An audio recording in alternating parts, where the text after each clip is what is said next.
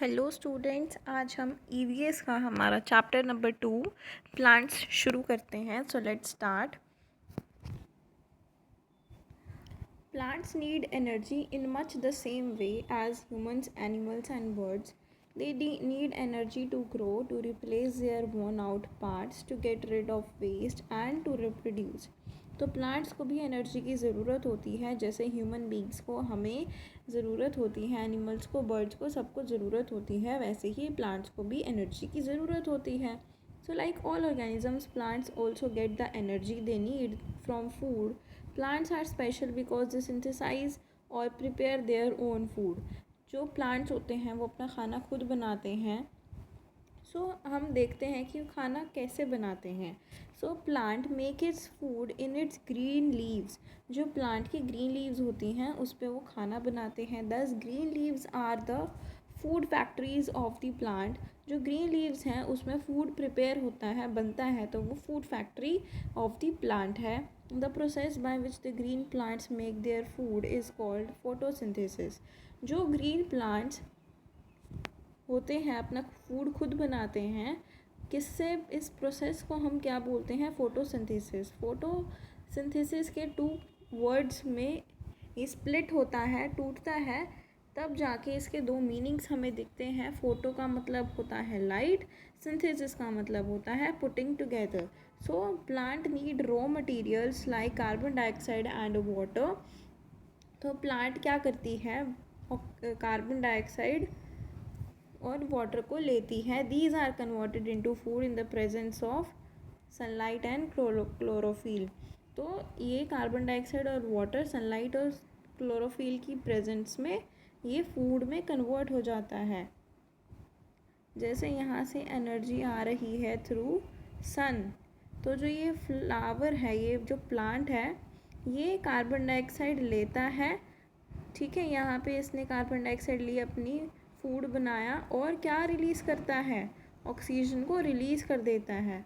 Carbon dioxide is taken from air through stomata. जो ये leaf होती है, लीफ के अंदर स्टोमेटा होता है, जिसकी वजह से कार्बन डाइऑक्साइड उसके अंदर जाती है. स्टोमेटा क्या होता है? स्टोमेटा टाइनी छोटे छोटे पोर्स होते हैं जो लीफ की सरफेस पे प्रेजेंट होते हैं, जो हमें दिखते नहीं हैं लेकिन होते हैं, छोटे छोटे होते हैं. Water required by the plant is drawn from the soil through the roots.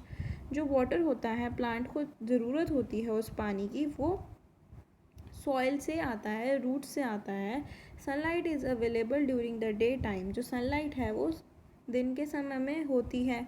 Chlorophyll, which is essential for completing the process, is the green colored pigment present in the green leaves of plants. जो chlorophyll होता है वो एक green colour का pigment होता है जो green leaves के अंदर प्रेजेंट होता है. वही इस प्रोसेस को फिनिश करने में हेल्प करता है.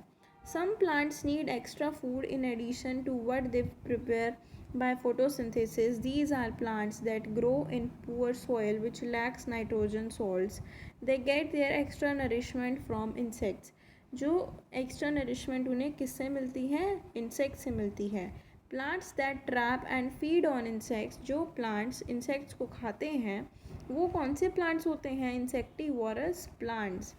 Venus flytrap and pitcher plant are 2 examples of such plants. They trap insects in their sticky leaves which have special shapes. The insects get suffocated when they are trapped in the leaf and die. तो इसमें जब भी एक ऐसा plant जिसमें insect trap हो जाता है, मतलब फंस जाता है, तो वो प्लांट्स के अंदर ही जो इंसेक्ट है वो डाई हो जाता है, मर जाता है. The bodies of these insects are then broken down, digested and consumed by the plant. तो उसी के अंदर उसी इंसेक्ट की जो बॉडी है वो कंज्यूम हो जाती है, ख़त्म हो जाती है, डाइजेस्ट हो जाती है. So as you can see here, Venus fly trap, this is the insect. ये एक प्लांट है, इसके अंदर ये इंसेक्ट है. इंसेक्ट यहाँ पे स्टिक हो गया है. स्टिक क्यों हुआ है? क्योंकि इस प्लांट की स्टिकी लीव्स हैं.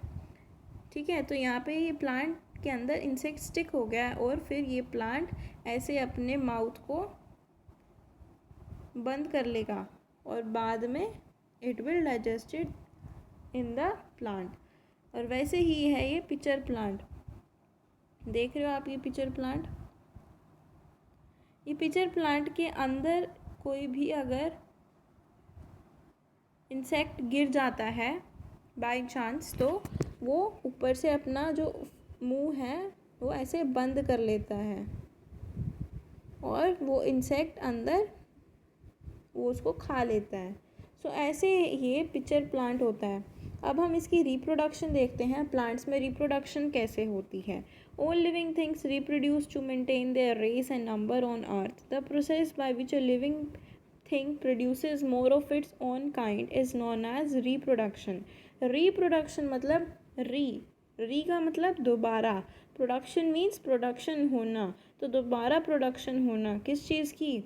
अपने ही लिविंग थिंग की फिर से, उसी काइंड के लिविंग थिंग की फिर से प्रोडक्शन होना, उसे रिप्रोडक्शन बोलते हैं। Plants also reproduce their own kind, they do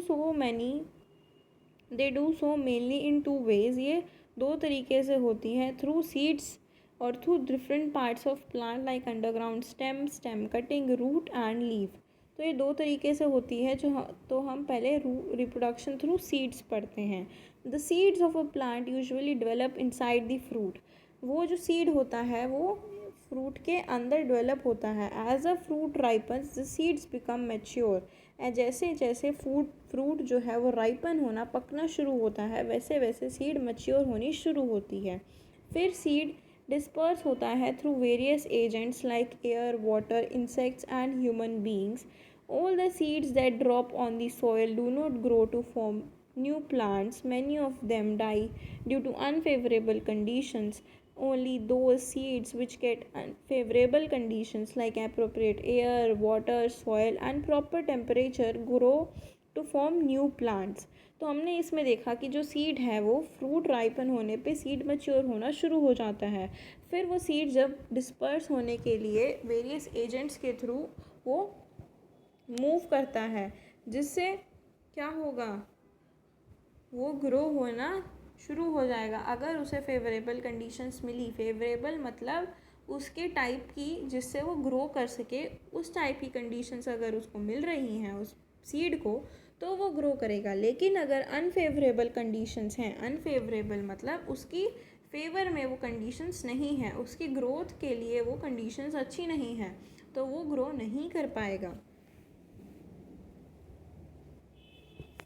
The Cyclades coconut, found only in the Cyclades Islands near Africa, produces the largest seeds amongst all plants. The fruit of this palm tree looks like two coconuts joined together. This is also called double coconut.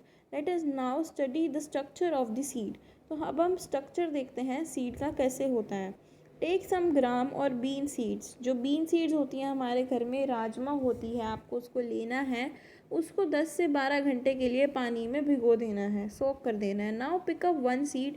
बाद में एक seed को, एक बीज को उठाना है और उसको ऑब्जर्व करना है, देखना है।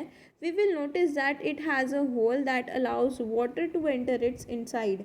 तो हम देखेंगे कि एक होल है जिससे पानी उसके अंदर गया और वो फूल गई।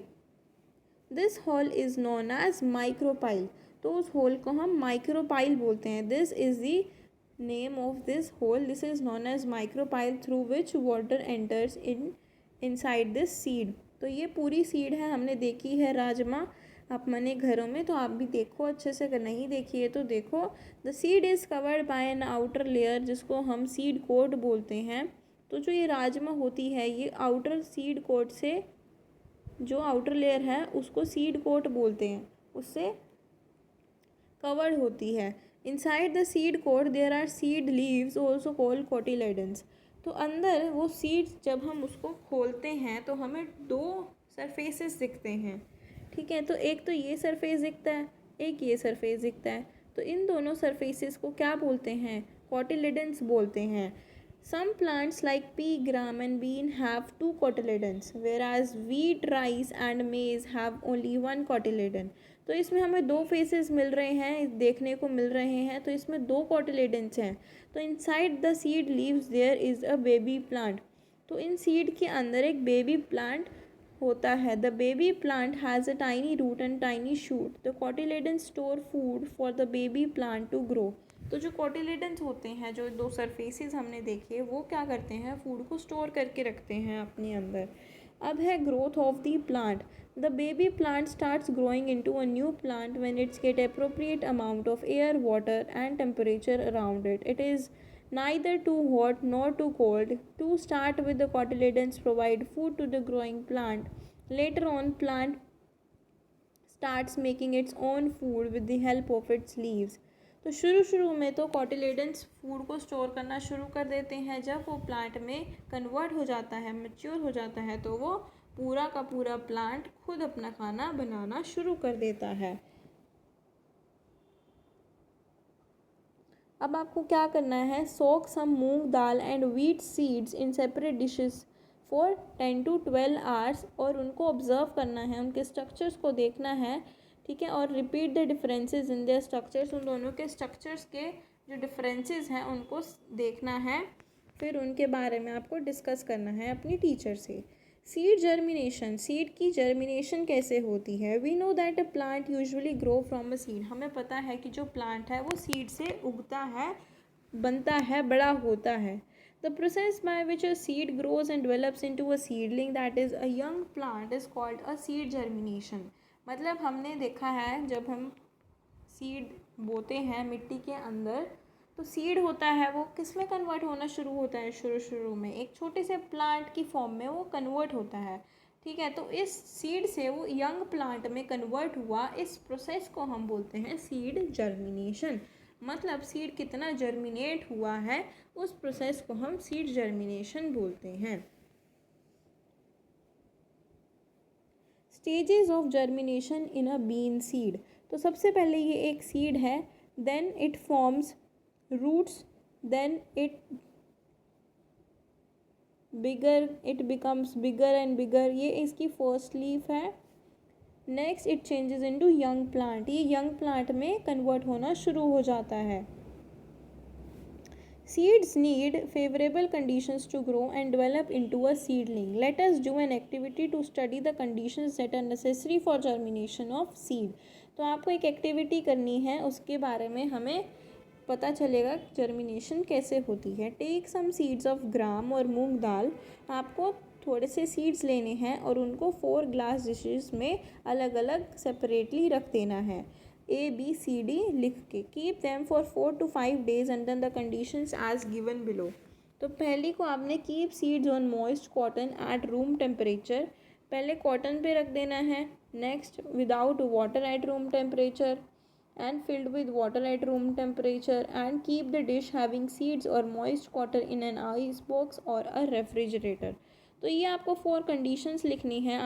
आगे 4-5 दिन बाद आप देखोगे कि जो प्रेजेंट थी seeds glass dishes B, C और D में हैव नॉट जर्मिनेटेड, वो जर्मिनेट नहीं हुई। जो सीड्स डिश A की थी उसकी जर्मिनेशन अच्छी है। क्यों? क्योंकि it is due to the fact that in dish A there is appropriate amount of water, air and warmth needed for germination. In the other glass dishes, one or other of these favorable conditions is missing. तो हमने देखा कि जो first वाली थी उसमें सारी favourable conditions थी, लेकिन बाकी में नहीं थी, तो ये ग्रो नहीं कर पाई, लेकिन इस वाली डिश ने ग्रो करना शुरू कर दिया था। On the basis of the above activity, complete the following. तो आपको इसमें देखना है, बताना है कि इन जो हमने 3 थी जिसमें जर्मिनेशन नहीं हुई थी, उसमें कौन कौन सी चीज़ें मिसिंग थी, वो आपको यहाँ पे राइट करने हैं, लिखने हैं, ठीक है। तो कंडीशंस प्रेजेंट क्या है, एयर है, वार्मथ है, लेकिन वाटर नहीं है। वाटर है, वार्मथ है, एयर नहीं है। एयर है, वाटर है, वार्मथ नहीं है। तो ये सब आपको इसमें लिखना है। We can thus conclude that appropriate amount of water, air and correct warmth are necessary for the germination of seeds. A healthy birch tree can produce up to 1 million seeds per year. Is it possible to grow some plants without seeds? Let us find out. अब reproduction हमें दूसरे part से भी कर सकते हैं हम, तो हम देखते हैं कि कौन कौन से पार्ट से रिप्रोडक्शन हो सकती है। In many plants reproduction takes place through other parts of plant. A new plant can grow from underground stem by stem cutting from roots or from leaves of a plant. This type of reproduction, in which a new plant arises from some part of a plant without the involvement of seeds, is called vegetative reproduction. तो अगर seed के अलावा हम किसी भी part से उसी plant को फिर से रिप्रोड्यूस करना चाह रहे हैं तो वो कौन सा प्रोसेस होगा? Vegetative reproduction. तो वेजिटेटिव रिप्रोडक्शन क्या है? Vegetative reproduction, it is of big importance, great importance, because it is easier and faster method of increasing the number of the same plant, क्योंकि ये सबसे अच्छा वे है प्लांट को जल्दी ग्रो करने के लिए। It also helps to grow plants like banana which bear no seeds, क्योंकि बनाना हमने देखा है उसमें कोई सीड नहीं होता, कोई बीज नहीं होता, तो वो ग्रो कैसे होता है? तो वो भी तो ग्रो होता है ना, तो वो कैसे होता है? इसी प्रोसेस के थ्रू होता है vegetative reproduction.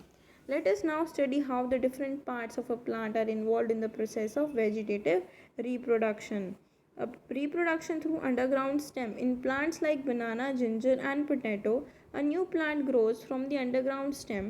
In these plants, part of the stem present underground grows and develop roots and shoots to make new plants.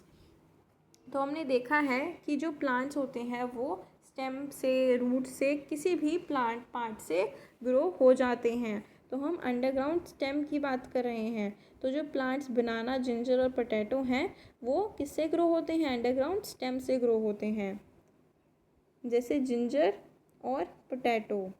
Reproduction by stem cutting. New plant can also be grown by using the stem cutting of a grown up plant. Stem cuttings are used for growing plants like sugarcane, bougainvillea, rose and grapes. तो ये cutting से भी, अब हमने stem यहाँ से cut की, ये कटेड स्टेम है, इसको हम लेके गए, ये कटिंग है, फिर वो कटिंग हमने सॉइल के अंदर बो दी, फिर क्या हुआ? एक प्लांट अराइज हो गया, फिर वो धीरे धीरे बढ़ता चला जाएगा और ग्रो शुरू होना हो जाएगा। Reproduction through root. रूट की वजह से कैसे होता है? When the fleshy roots of some plants like dahlia and asparagus are placed in water. तो अगर कुछ रूट्स को अगर हम वाटर में डाल दें तो उसकी very many roots appear at the lower end. तो उसमें बहुत सारी छोटी छोटी रूट्स निकलनी शुरू हो जाती हैं और शूट्स अपर एंड पे शुरू हो जाती हैं। जैसे in sweet potato new plants arise from its root itself. तो स्वीट पोटैटो इसका एग्जाम्पल है जो रूट्स से रिप्रोड्यूस होता है।